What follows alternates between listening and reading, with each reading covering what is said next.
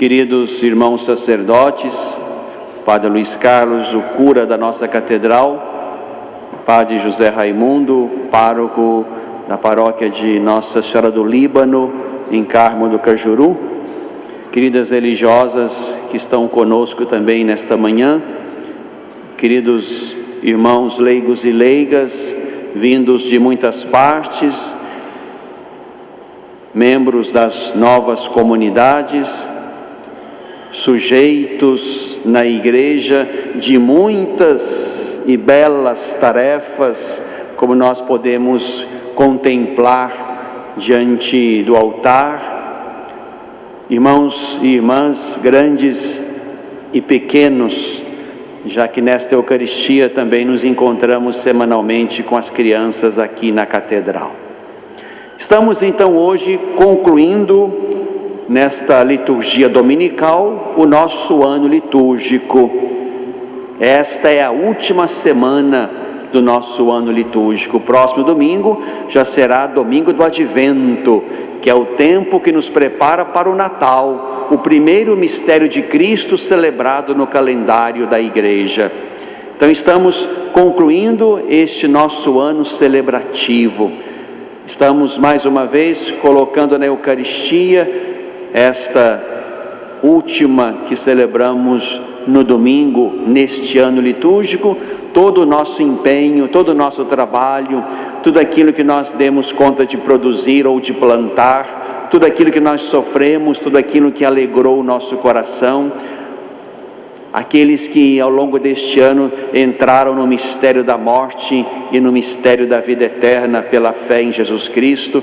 Então esta Eucaristia recolhe todas as realidades que nós vivemos, sofremos, plantamos, colhemos ao longo deste ano litúrgico. A festa de Cristo Rei é também a festa que celebra a vocação dos leigos e leigas. E neste ano e nesta festa se dá um sentido ainda mais bonito, porque aqui no Brasil nós começamos hoje o ano nacional do laicato. E haveremos neste tempo, neste ano, até a próxima festa de Cristo Rei, haveremos então de trazer ao foco esta vocação tão bela, tão fecunda, tão necessária à Igreja. Jesus Cristo não confiou a Igreja só aos pastores. Jesus Cristo confiou a sua Igreja a todos aqueles que fossem capazes de crer nele. Os pastores tomam aqui no coração da Igreja o lugar daqueles que cuidamos, estimulamos, oferecemos a graça pela via dos sacramentos, organizamos os serviços, dinamizamos a vida de fé e de missão. Esta é a nossa tarefa específica, mas há outros tantos irmãos e irmãs, em número infinitamente maior do que o número dos pastores ou dos religiosos, que lá no coração da Igreja e mais ainda lá no coração do mundo vão ser sal da terra, luz do mundo, como sugere o lema deste ano do laicato. Homens e mulheres batizados, crismados, comungantes, que a partir, sobretudo da vida de fé, da vida sacramental, vão se imbuir da força de Deus, da verdade de Deus, do poder de Deus, a fim de que, deixando os templos e frequentando as famílias, o mundo do trabalho, o mundo da política, o mundo do lazer, o mundo das escolas, esses muitos leigos e leigas vão lá dar testemunho da fé que está no coração deles, fé que é alimentada cotidianamente ou em cada domingo do mistério de Cristo, a fim de que estes homens e mulheres então estejam lá, não como meros cidadãos do mundo, mas estejam lá como sujeitos de fé, do sentido mais bonito dessa palavra, gente que tem fé, e transforma lá fora a sua fé pessoal, interior, em missão, em serviço, em testemunho. Desses nós estamos falando. Os cristãos leigos e leigas são aqueles, portanto, que a partir da fé batismal, a partir do poder do Espírito que veio pelo sacramento da Crisma, a partir do vigor que cada Eucaristia oferece, vão tomando então o seu lugar dentro das estruturas do mundo e fermentando, temperando, iluminando estas muitas realidades. Cristãos leigos e leigas, sujeitos na igreja em saída a serviço do reino, é o tema deste ano do laicato. Sujeitos numa igreja em saída. Não são meros espectadores, não têm presença passiva, mas são sujeitos, agentes. Portanto, homens e mulheres com direito e com dever de interferir nas estruturas da igreja e nas estruturas do mundo, para que tudo isto seja reino de Cristo. A festa de hoje nos faz entender, se não mais, pelo menos duas coisas. Primeiro, que tudo está submetido a Cristo. Tudo está debaixo do poder de atração de Cristo. Isto é, tudo e todos vamos para Ele. A história humana terminará em Cristo. Por piores que sejam hoje as situações, por mais afastado de Deus que possamos imaginar que o mundo esteja, nós já estamos no trilho do reino. Jesus inaugurou esse tempo. Estamos, portanto, destinados à plenitude do reino. É para lá que vamos, com o esforço, com o empenho, com o testemunho, com a missão de cada um de nós. Um padre do século III, chamado Orígenes, dizia que o reino de Deus está entre nós, e cada um, pelo seu esforço, pela sua presença no mundo, vai dando adiantamentos ao reino. Isto é, ele não nasce de fora para dentro, ele nasce de dentro para fora, de modo que cada um, cada batizado, cada ministro ordenado, cada religioso, religiosa, que cheio de Deus, cheio do poder do ressuscitado, age na igreja e no mundo, está fazendo adiantar o reino de Cristo. Aqui estamos diante da primeira certeza que temos: tudo está remetido a Cristo. Isso Paulo nos lembra muito bem na liturgia de hoje. Quando todas as coisas estiverem submetidas a Ele, então o próprio Filho se submeterá àquele que lhe submeteu todas as coisas, para que Deus seja tudo em todos. Estamos destinados a Cristo. Cristo é o fim da minha história pessoal e da história do mundo. Por outro lado, uma outra certeza que vem da liturgia de hoje é que nós seremos, ao fim, julgados. Como nós ouvimos na bela parábola de hoje, no final desse capítulo 25 de São Mateus. Nesses últimos domingos, estamos lendo trechos de São Mateus que nos falam acerca da espera, da vigilância, da volta do Senhor. E hoje chegamos à consumação disto. O Senhor que volta e vai estabelecer o juízo. Mas já aqui, antecipadamente, nós sabemos quais serão os critérios do juízo. Não haverá arbitrariedade lá. Não haverá predileções excludentes de Deus lá. Eu quero esses e não quero aqueles. Não, os critérios já estão colocados por Jesus. E nós hoje, mais uma vez, tomamos consciência dos critérios.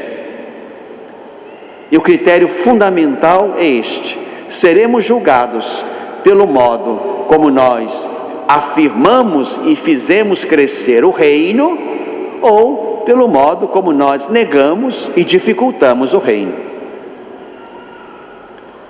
Se nós, pela fé, ou até por outro motivo, fazemos com que nas pessoas, nos ambientes, no mundo, apareça o reino de Jesus com seus valores, com seus critérios, aqui estamos entre os da direita. Vinde, benditos do meu Pai. Se nós, tendo fé ou não tendo fé, nos ocupamos também de modo eficiente na desconstrução do reino, no retardamento do reino, aqui seremos contados entre os malditos da esquerda. Isto é, Jesus não esconde os critérios. Seremos julgados exatamente pelo modo e pela história que fizemos no mundo, e se essa história afirmou e construiu o reino, ou negou e retardou. Esta bela parábola de Jesus nos faz entender que exatamente aqui, no trato com as pessoas, é que nós vamos expressar o cuidado de Deus sobre as pessoas. O profeta Ezequiel fala desse amor cuidador de Deus. Eu vou procurar as ovelhas. Como pastor toma conta, eu vou tomar conta das minhas ovelhas. Vou resgatá-las, vou cuidar delas. Vou procurar a perdida, reconduzir a extraviada, enfaixar a de perna quebrada, fortalecer a doente, vigiar a gorda e a forte. Esse cuidado de Deus vai se expressar através de mim. Deus cuida de nós através de nós. Isto é, Deus usa de mim para cuidar daqueles que estão perto de mim. Deus usa dos que estão perto de mim para cuidar de mim. Deus não vai fazer descer as suas mãos do céu para cuidar de nós aqui na terra. Deus cuida de nós através de nós. Isto é, aqueles que são de Cristo, aqueles que são portadores e sabem disso, do reino, esses haverão de cuidar, de zelar, seja pela vida das pessoas, pela vida dos ambientes, pela vida do planeta, de modo que aí, a partir de dentro, apareça o reino de Cristo, que não está fora, mas está dentro. No capítulo 17 de São Lucas, nós lemos isto, e ouvimos há pouco tempo. O reino não está aqui ou ali, o reino está entre vós. E algumas traduções dizem, o reino está dentro de vós. O que nos cabe é exatamente isto: descobrir ou optar pelo reino. E fazemos isto pela fé que temos, pelos sacramentos que recebemos. Aí nós descobrimos e optamos pelo reino que está em mim.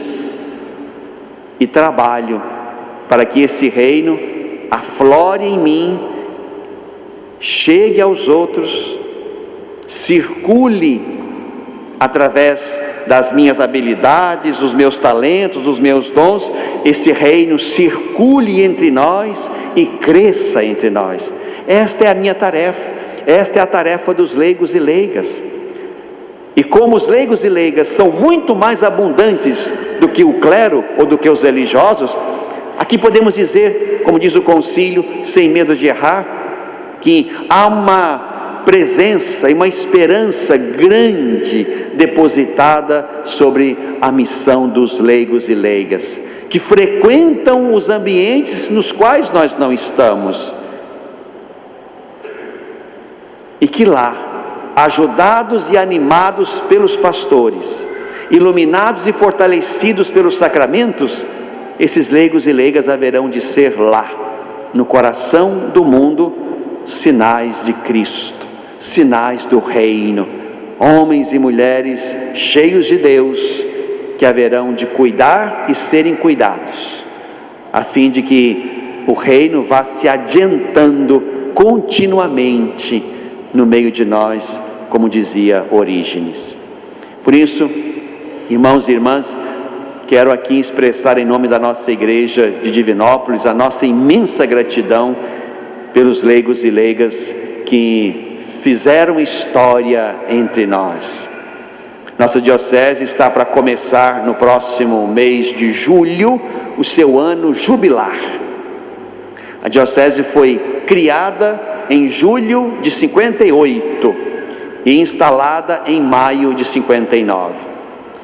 E nesse caminho da nossa igreja, nós de fato experimentamos e vivemos ao longo desses quase 60 anos uma presença fecunda, eficiente, criativa de muitos homens e mulheres, leigos e leigas, nas muitas comunidades que deram vida, portanto, àqueles ambientes. Deram força de reino ali onde eles estão, atuaram e atuam. Aqui estão vocês, vindos de muitas partes, para mostrar para Deus na Eucaristia que estão aqui, ativos, operosos, sujeitos, agentes, dispostos a, alimentados de novo da Eucaristia dominical, voltar para os seus ambientes e lá serem sal, serem luz, serem fermento. Oxalá esse ano do laicato que estamos começando possa, digamos, dinamizar muitas coisas que estamos ainda precisando. Queria sugerir, indicar pelo menos duas delas. A nossa diocese tem um histórico de formação dos leigos. Podia ser melhor? Poderia. Poderia haver outras formas de formação? Poderia. Poderíamos dinamizar mais isto? Poderíamos. Mas é verdade que temos um histórico de formação. Muitos se lembram dos cursos de dirigente de culto, que ainda no tempo de Dom Cristiano aconteciam, reunindo sobretudo os irmãos das comunidades rurais, e ali se ensinava a eles não só a rezar o culto, mas também a cuidar da terra, a filtrar a água e a cuidar das sementes. De lá para cá, isso continuou sendo feito em outros moldes. Mas aqui está talvez a primeira indicação. O nosso déficit não está propriamente aí na formação. Há muitos encontros, cursos, escolas de formação. Sinto que falta talvez exatamente o outro lado do pêndulo, a espiritualidade. A nossa Assembleia Diocesana sugeriu isto: formação e espiritualidade para os leigos que estão no trabalho na igreja e no mundo. Para não acontecer, gente, que nós façamos muita coisa boa e certa, que vocês façam muita coisa boa e certa por outros motivos, porque são bons, porque a sua consciência é reta, porque o seu coração é humanista. Não. Mas temos que fazer isso porque somos de Deus, porque o Espírito de Deus está em nós, porque estamos cheios de Deus. Aqui está o nosso diferencial, aqui está a diferença do nosso bem com o bem daqueles que, não tendo fé, também fazem o bem. Nós fazemos porque somos de Deus. Talvez falte aqui exatamente um cuidado maior com a espiritualidade dos nossos leigos. Isso é dever nosso, mas também pode brotar como uma demanda de vocês. Isto é, nós queremos também rezar mais, nós também queremos silenciar mais, nós também queremos ser introduzidos mais no mistério de Deus. Esta é uma coisa importante. Nos ajudem a fazer isto. E a segunda, para ficar só nessas duas, precisamos também crescer na escuta dos nossos leigos e leigas. para que não sejam apenas sujeitos que sugerem, mas sejam sujeitos que de fato decidem. Isso aqui depende mais de nós, talvez, de modo que essa ideia, e mais do que isto, nesse formato de sujeitos, não seja apenas alguma coisa que vai embelezar a vocação de vocês, mas seja alguma coisa que de fato dê sentido e lugar ativo, efetivo de vocês na igreja, nos conselhos, nas instâncias de decisão também da igreja. Oxalá possamos fazer essas duas coisas: espiritualizar mais e escutar mais de forma fecunda, de forma atenta, de forma ativa, os nossos leigos e leigas, sobretudo ali onde eles estão nos conselhos das comunidades, das paróquias, da diocese. Isso vai embelezar e vai dar ainda mais vigor à presença de vocês na nossa igreja, não só neste ano do laicato, mas na história que queremos ainda construir juntos. Que Maria, leiga do seu tempo, nos ajude a estar a serviço do seu Filho Jesus, também leigo no seu tempo. Jesus não era sacerdote. E que a Virgem Maria nos ajude a abrir-nos ao seu Filho Jesus e a estarmos a serviço dele. No fim da vida, seremos julgados por isto, por aquilo que fizemos ou não fizemos para afirmar ou negar o reino. Somos de Jesus, coloquemo-nos a serviço do seu reino já aqui, até que chegue a plenitude dele no céu.